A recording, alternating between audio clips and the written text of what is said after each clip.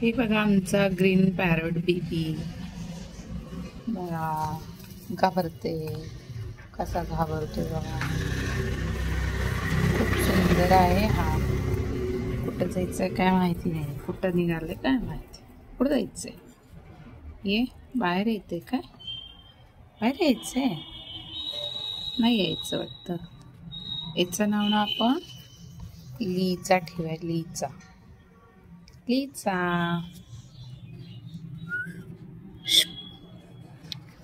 हे बघा लीचा, हाय, hello, hello Licha.